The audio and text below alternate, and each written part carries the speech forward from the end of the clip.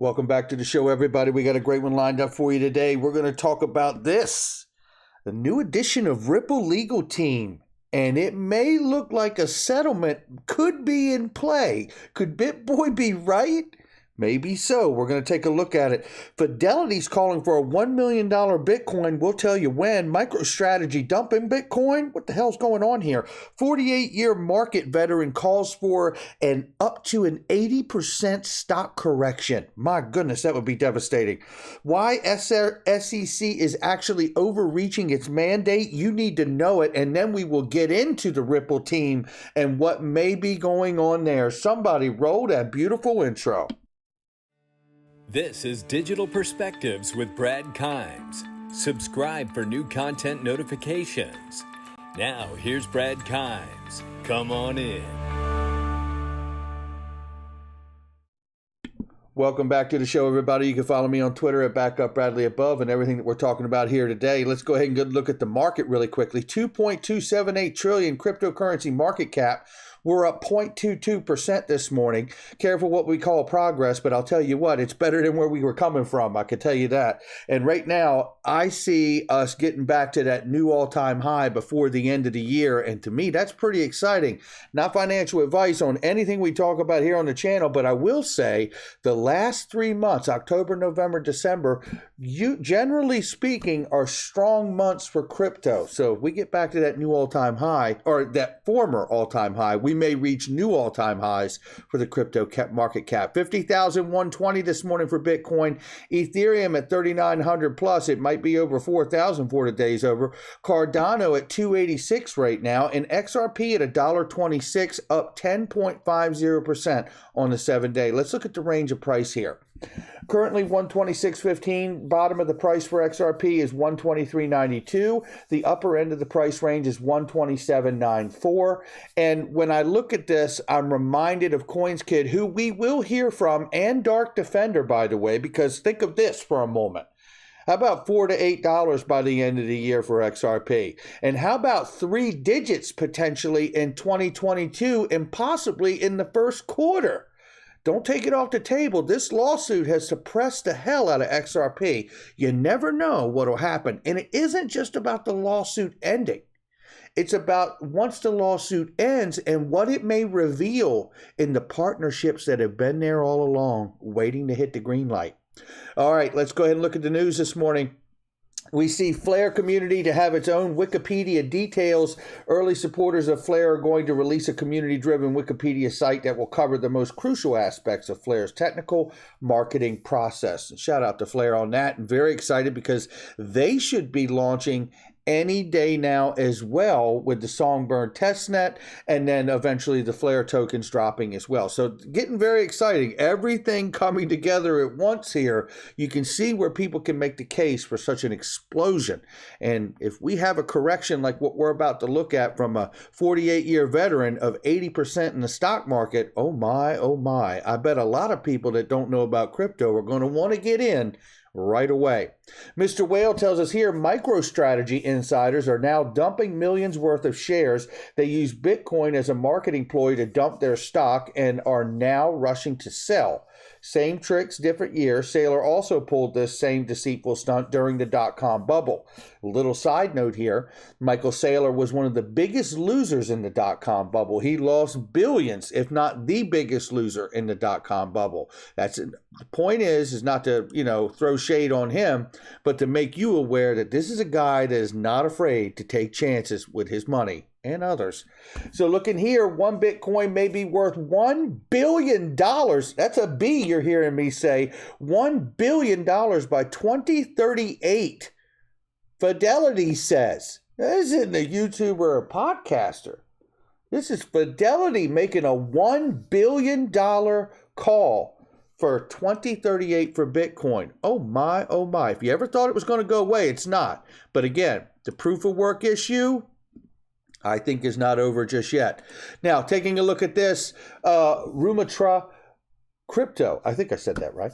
But anyway, this is where this came from a market insider here. The market is due for a gigantic crash, and that is absolutely for sure. And I'll tell you, we have talked about this for a long time on this channel, and I know a lot of people are like, you've talked about it so long, I don't think it's going to happen. Well, that's usually about the time that it does. A 48-year market veteran warns the Fed will be forced to tighten policy way sooner than expected, and investors anticipate as inflation continues to soar, triggering a stock market crash of up to 80%. Imagine that for a moment. Now, I've been thinking 30, 40% correction, somewhere around there, which is not unheard of, but an 80%? Oh my gosh. I mean, I hope that it doesn't do that much of a correction because it'd be so devastating to so many people. But looking right here, and I can tell you, if that were to happen to any degree, even the 30, 40% correction, is going to have so many people that swear they wouldn't get into crypto, getting into crypto, it'll make your head spin. Now, this is about the SEC overreaching its mandate, if you see right here. And what I want to point out about this before we start to dive into the new Ripple team members, which I believe are pointing to the notion that these people are going to help specialize in getting a settlement done between them and the SEC. I really do think that that's why they're coming on board here. It says, just to understand the macro very quickly here, whatever the promise made by the original user in these transactions of these cryptos, by the way, the exchanges themselves are not promising future profit or continued development. They are promising one thing alone: delivery of the promised crypto token. Just as if you were to buy gold, right? Without the future promise made by the issuers, the crypto tokens delivered by the exchanges are not investment contracts and therefore are not securities. This has profound implications. Thus far, both the SEC and the cryptocurrency community have simply assumed that if a token is a security at issuance, then it remains a security when sold by an exchange. To their knowledge, no previous court decision or literature has examined what happened when pieces of an investment contract are separated from each other. This article concludes that they cease to be investment contracts and therefore cease to be securities because exchanges are not delivering securities. They are not subject to securities law. Exactly. and if I could, this is why I've told you about Tom Emmer's Securities Clarities Act, because this distinguishes the difference between the asset and an investment contract, right? And a securities investment contract asset, or however he words it, and Tom says it best, and I have it here, and we're going to look at it just really quickly here. It's right here, and I want to show you this. Worth noting, however, that Perrin Boring believes Congressman Tom Emmer's proposed Securities Clarity Act could be the silver bullet it offers the definitions of when token is a security and when it is not. And this is what I've said for quite some time since he introduced that Securities Clarities Act. It's so very clean and simple. And as Tom Emmer has said himself, it really does eliminate the need for a bunch of lawyers to come in and make a ton of money in trying to figure out what you actually hold. We need that kind of clarity that can simply put the SEC back in its own lane. And that really implies that regardless of this case, which obviously needs to be, settled so we can move on, not with just Ripple and XRP, but for the entire crypto space. And speaking of the entire crypto space, this is where we need Congress to actually do something. And passing this Securities Clarities Act would really be something that could get that clarity we need, by the way, without stifling innovation. And that's exactly what we need. Just get the SEC back in its own lane. I've always had a trouble understanding this lawsuit to begin with anyway, because very quickly, back in 2018, a federal judge ruled that all virtual currencies were to be regulated by the CFTC as commodities. I know the question in the case is that the SEC does not believe XRP is, in fact, a commodity. But we will see, because we're about to look in just a second here and see what the problem is and see these new addition of these Ripple legal team members. And I think it's smelling like a settlement might be in play. Now, that doesn't mean next Tuesday it's going to happen, although it could. It just means that they're bringing on the right people, I believe, to get those talks going. The SEC is refusing, however, documents related to employees' XRP, Bitcoin, Ethereum that really were filed by Ripple as a motion to compel. They want to know if employees and officials there were buying and purchasing XRP, Bitcoin, and Ethereum prior to and after the William Hinman speech. And that is a very, very reasonable request. We will see what the judge ends up saying about that. But look at this. BondCrypt tells us that Errol Goulet, counsel and litigation department at Devoy and Plimpton, 11 years experience at DMP. Mr. Goulet has particular experience with matters involving the federal and state regulatory investigations, enforcement actions, internal investigations, and compliance matters. Looking very quickly at his experience here, it says, industrious LN in an ITC investigation, associated litigations over Pinot and Coralex, which were well-known brands in Mexico, over Clorox, excuse me. Jesus, it's early. So over Clorox's, it's Coralex, and then Clorox's claims of infringement of Pine Sol and Clorox trademarks. So there you have this major brand going against this other one that looks like a knockoff, trying to trick people. And an international law firm and Department of Justice investigation into certain financial products sold by a leading global financial institution, a leading national bank, an investigation by the DOJ into mortgage-related matters. This guy's handled massive things with these regulatory agencies at DOJ here. National Bank and successful dismissal of False Claims Act case related to the servicing of mortgages. Westfield in defending against contract and fiduciary duty claims seeking damages in excess of $3 billion related to the past and future acquisitions of shopping malls. JP Morgan and Chase in matters related to deficiencies in affidavits filed in state foreclosure proceedings, including state attorney general and federal investigations. This guy has handled some massive stuff here, and it appears that bringing him onto the team, he has expertise in how to deal with these huge regulatory agencies to what? Get a settlement. That's what we're talking about here. And it gets even more clear with the second new legal team member, which is Anna R. Gressel, is a senior commercial litigation associate at Devoy and Plimpton as well, a member of the firm's tech, media, and telecoms, data strategy, and security groups. Publications include SEC settlement with hedge fund offers core AI lessons. Look at the experience here. This is what you need to know here. A major healthcare company in advance related to regulatory and governance issues around artificial intelligence. A major New York health insurance company and its subsidiary in a qui tam suit regarding the alleged engagement of $500 million accounting fraud, obtaining a significant client victory in the form of a settlement.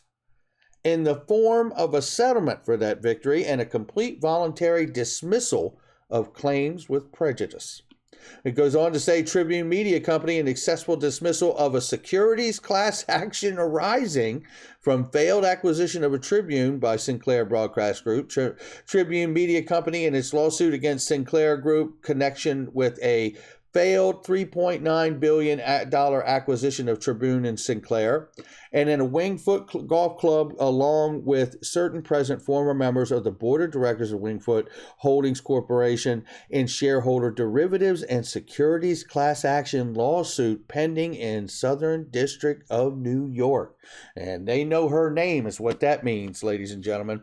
And that is exciting because that is a huge signal to me. And I could be very, very wrong, but I don't believe that I am. And I'll be excited to hear Jeremy Hogan and John Deaton's opinion of these two new recent members brought onto the Ripple team here, if they send the same signal to them as well, because they're such experienced lawyers. And now let's change gears and take a look at XRP Price and what it could do regardless of the lawsuit ending. Let's just look at the market for what it is, the technical analysis here, and let's see what we get from CoinsKid. Make sure you're following. absolutely golden. It's looking really, really poised. Like we are going to break out here at some point, whether or not we have a little correction here, mini ABC correction, because you can see in each waveform here where we've come back, and wave 2 and wave 4, it's quite nasty, but in that we've got subsets of waves, and each wave you have a correction. So you've got 1, 2, 3, 4, 5 overshoot. Do you see that? And then you've had an ABC correction within wave 4. So right now you've had 1, 2 potentially, like this nasty correction, come back down to a key level support continuation, and then 3, 4, 5 you up here, and you've got the end of the wave 5 just there, and it's a larger wave 5, just like Alessio has projected. But the question is, at that point, where's the support? And I've shown you. I think I know where the support is. It's this. It's going to be the rinse repeat, isn't it? Break this level of resistance, boom, met that technical target. Correction down to this level of resistance, back test and turn to the point, boom, target met. Come up here, break that level of resistance, get overextended to the 1618. What are you going to do? Where's your support? Boom, this trend line, previous resistance, just like this was. Boom, continuation, see you later. Nominal 60% correction right there for XRP. So again, that is pretty remarkable, ladies and gentlemen. Looking at the possibility of a $4 to $5 plus XRP, and then receiving another correction, just as we've seen all the way up the chart, everywhere we've been here, up, correct, swing high, swing low, right? And check these points of resistance and break these resistance, and then come back and check these places for support. Very, very healthy looking chart is what I'm understanding here. And I tell you something, I wouldn't have a problem at all between a $4 and $5 XRP on our way to the $8, $13, $27 XRP mark that we need to hit. And by the way, now let's factor in a few things here. Let's factor in the notion that the possibility that we see the Securities Clarity Act passed, or something like that, that allows for all the regulatory agencies to understand exactly where their purview is and no more confusion. Now let's factor in the case actually ends with Ripple and the SEC. Just those two things alone. Now let's factor in the ability to stake on Flare Networks and Flare Finance like you've never been able to before. Just those three things. Imagine that happening. And would it be so hard to believe that those fundamental pieces of information and getting those things accomplished could propel XRP to the road to $103, possibly as early as 2022, mid-year? Imagine that. Imagine 9 months from now, staring at your portfolio and XRP being at $100 or more. I really, maybe I'm the eternal optimist, and none of what I'm saying is financial advice, but look, I understand long term that once this case settles, once we do have some legislation like the Securities Clarity Act that allows the market to absolutely just take off and flourish and allow the innovation to say the race is truly on, and when it comes to practical application and use case utility, what can your token do? Then the race is really on. Because companies and investors and institutions will not be afraid, and banks to use it, because they will understand legally what these technologies are and how they are to be regulated and handled and taxed. And when we have that kind of clarity, I really do believe we will see, for the first time in the market, use case utility become the price driver and not speculation. And when we get to that level of price driver being use case utility and not speculation, well, I don't think it'll be hard at all for us to see 3 digits and eventually 4 and 5 digits for something like XRP. That's going to do it for me. Make sure you hit the like and subscribe, leave a comment below, share with somebody you know. This is not financial advice from me or anyone else in the video, but that is my perspective on this day. And check out the links in the description box. I Trust Capital, Pure VPN, 99-cent special, 7 days. You got Ledger Nano, cold storage is great specials. I Trust Capital, best place to buy crypto. If you want it tax-free, baby, make sure you hit the link in the description. I'll catch all of you on the next one.